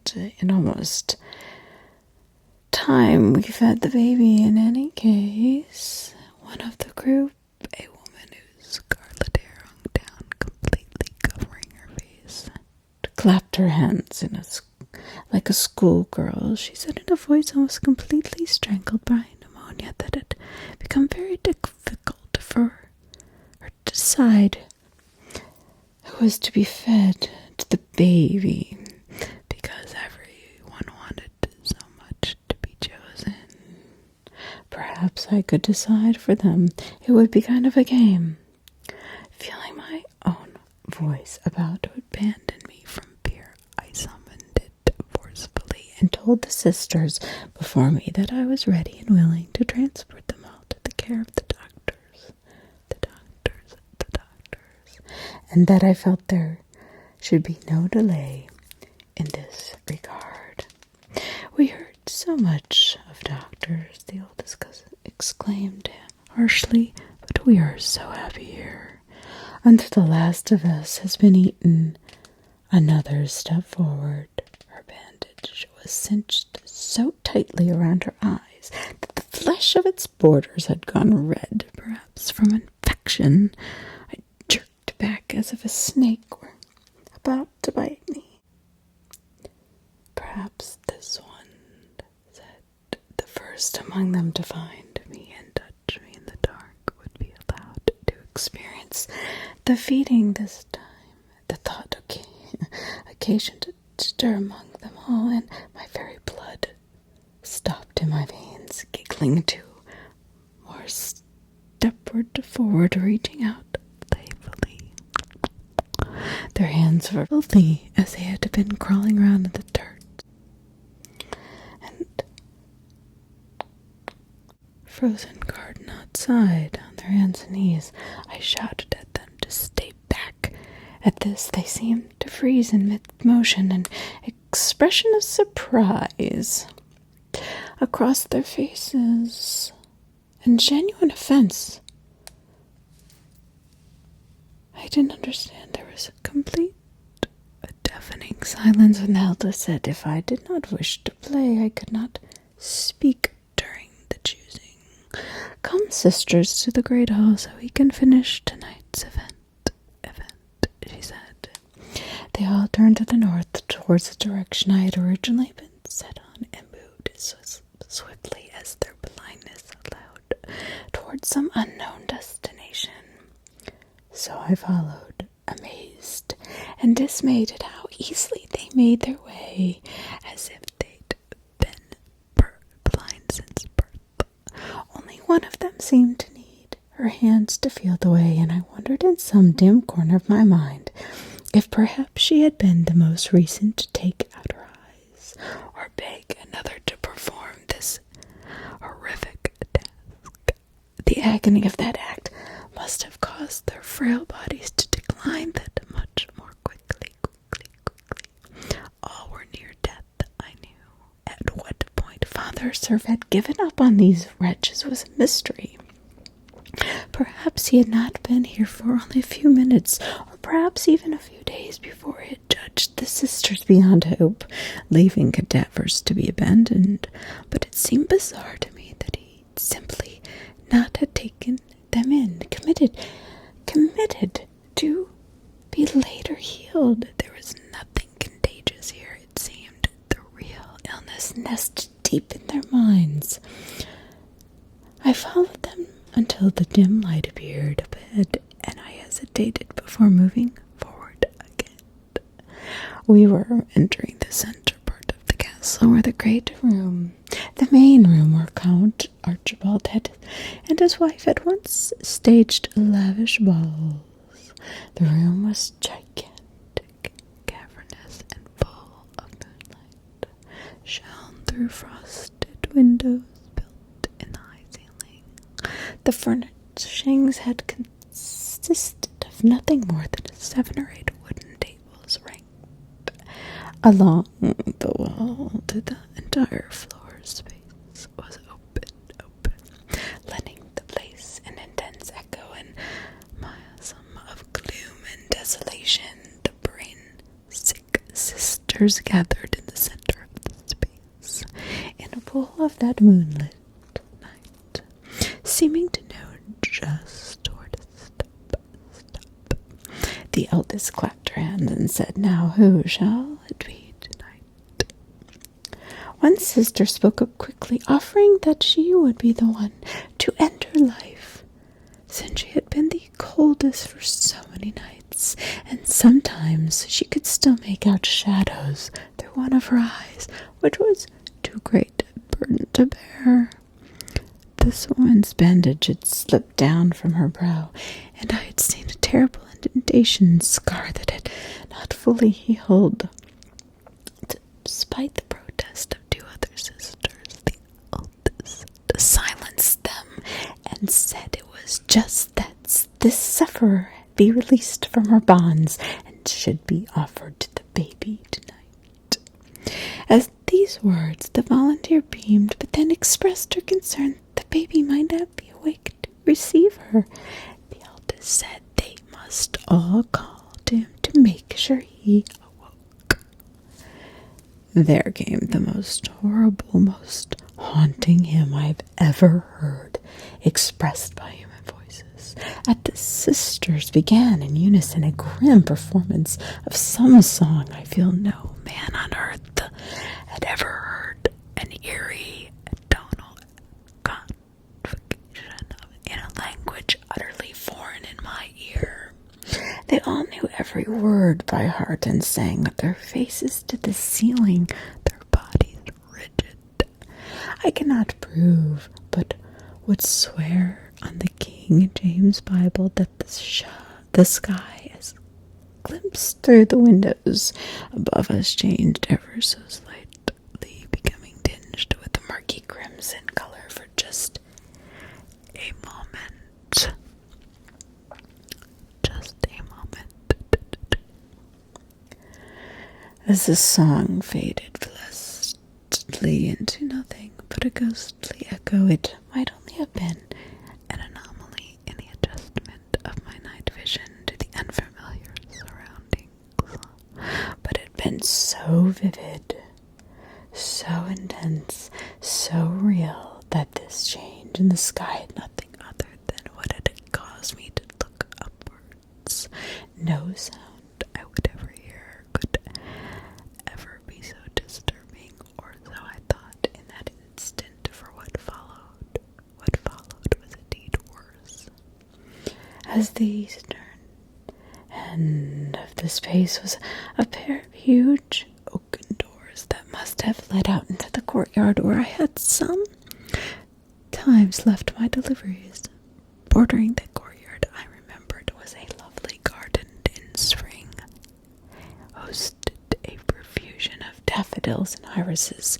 The eldest sister turned in my direction and said that if I was still here, now I would see how well they all fed the baby who had come to them as a tiny wounded victim of this unforgiving world. Almost immediately after she spoke, I heard from beyond those doors a shifting movement of something of great size coming forward. After that, the sound that sent a thunderous shiver all through me, causing my recovery left arm to ache and my flesh to tingle so sharply. It was as if it had been stung by 1,000 bees. There was a baritone animal grunt from the courtyard, and then a low, shaky growl, throatier than a grown lion's. I should have fled then, but instead I watched, mesmerized, as the naked volunteer strode without hesitation towards the doors, even the soft pads on her feet creating echoes. The sisters encouraged her as she groped clumsily for the heavy wooden doors, beam that served a locking mechanism, and barred whatever beast that crouched in the cold outside from entering the castle. With whatever strength she had left in her broken body, the damned woman lifted the beam and pushed her way into the night. Leaves rustled in, and the wind curled its icy fingers around me. The sisters seemed unaffected as they clapped and called out happy goodbyes, never calling the poor volunteer by her given name. The right hand swung backward and, aided by the wind, slammed heavily shut. From outside there came a high-pitched, twisting, rising animal shriek, causing me to seal my eyes shut and turn away, tears spilling down my cheeks. The creature, the baby, gorged itself on human flesh and soul to become a behemoth, snarled, and I thought I heard a wet clamping sound, a thud of something hitting the earth. I ran then, abandoning the women to whatever horrors fate had in store for them. Thrusting the lantern forward, I forced myself to move as fast as my feet would carry me. The worst thing I could possibly do was take a wrong turn, that accursed labyrinth, and yet it happened. Beyond the sitting room where I had encountered the woman at the piano, I went stupidly in the wrong direction, which I realized when I came to an intersection that would neither take me east or west. from a wall on which hung a painting depicting the selling of Joseph into Egyptian slavery. As I turned, I looked behind me to quickly make certain I was not being followed. The light fell across something in the shadows, something only 3 feet in front of my face. I had missed it in the dark. I was looking at a pair of legs attached to a nude body hanging from an overhead beam. One of the sisters, whom I recalled as an enthusiastic helper in assisting with my deliveries, dangled in the end of the piece of shredded blanket, her eyes open and gazing directly at me through soiled black hair. I looked at her for no more than a moment, and sparing no more time for pity than retrace my steps, I soon found myself in the front corridor, where the temperature within the abbey was at its coldest, digging into the very marrow of my bones. Yet I felt impossibly graced to make it out the main door with my ever-evolving vision. My lantern, which by now produced no more than a candle's glow, extinguished itself just then, having lasted exactly as long as I needed it, for which I'd be eternally grateful and thankful to whatever force delivered me from that interior hell. I pushed the door on and went out into the night. The droplets of snow had been sifting down from the sky upon my arrival, and had become larger flakes, promising a prolonged fall. As I neared my wagon, I endured the final jolt of seeing 2 human shapes coming towards me. They were coming towards me. Oh my God. I halted, preparing to defend myself however I could from harm, but was immeasurably relieved to find that there were 2 healthy men, heavily fortified against the winter conditions by many layers of heavy clothing. One of them carried a hunting rifle. He commanded me to remain where I was when they approached. I did as he requested, and it was now I understood. And it was a stranger's lantern, raised to illuminate my own terrified face. After I identified myself to the gun-bearer, who was quite young, while his companion was well advanced in years, he told me that they had come at the behest of Father Serf, and they intended to do what they needed to do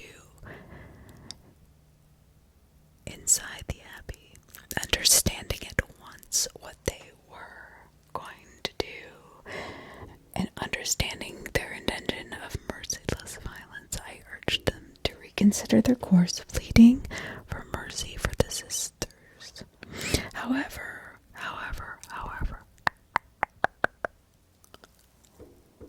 insane they had become, and did they realize, I asked them, that there was a force there beyond our comprehension, something monstrous and perilous that might even now be roaming the castle grounds?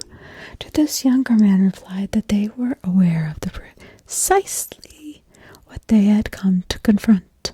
Father Serf had instructed them carefully, and as a representative of the church, their hands and hearts would be sure, just as I had mistaken Father Serf for a doctor, so now I had mistaken priests for common men.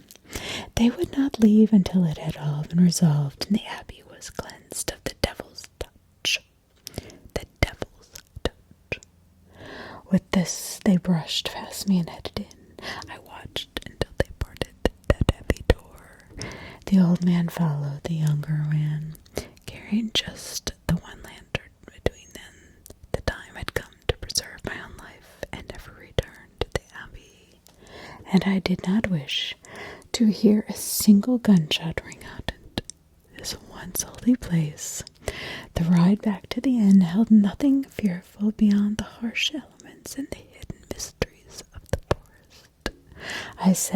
I sit here now in my room as the first blue Hints of dawn tinged the sky, marking it exactly 7 hours since I left the abbey. I wish now that I had urged the men to come to the inn before they had completed their infernal work, so that I could know they had managed to leave the sisters without coming to mortal harm.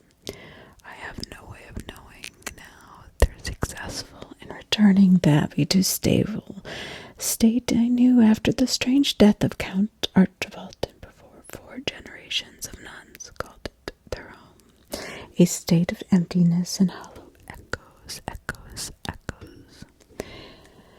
Neither good nor evil. How I wish 2 strangers could soon knock on my door, seeking food and drink and rooms where they would sleep off their exhaustion. I cannot rest tonight, knowing there's still a chance that Father Serve himself might be the next to come, to stand on my doorstep and inquire after those men. Ask me if I knew why they had never returned from their nighttime journey into the forest.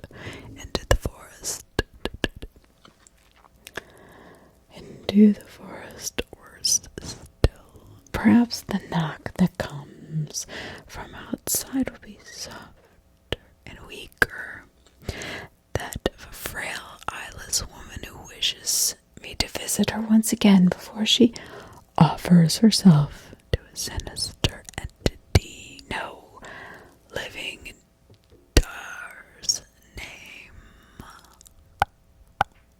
At the end. Thank you for listening. I know this was long, and I hope you enjoyed it. I haven't done a really long one in a while. So, even with the clicky whispers, I hope you all have a wonderful evening, afternoon, or morning. Thank you for your continued loyalty and genuine kindness in your comments. I hope you like these stories. I'm finding them deep within the internet, so I can bring you the most terrifying and yet copyright free, so you can enjoy them the way I do when I read them in a soft ASMR tone and soft spoken voice. I appreciate you all so much. Each and every one of you is amazing to me, and you are so loved here, and you are so needed and appreciated, and I hope that you feel safe and are always welcome anytime with me here at Whispers ASMR. Have a great one. Please stay safe. Take care of yourself. Love those around you. Love those around you. And be careful what goes bump in the night.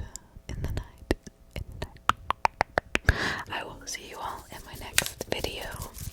Please like and subscribe and comment. It does wonders for my channel, and I appreciate it more than you know.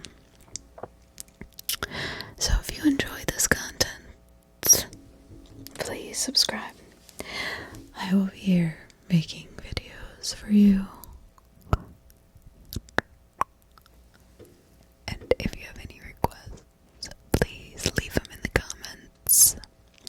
If you have any stories of your own, you can email me always at alltruecrimeasmr at gmail.com. alltruecrimeasmr at gmail.com.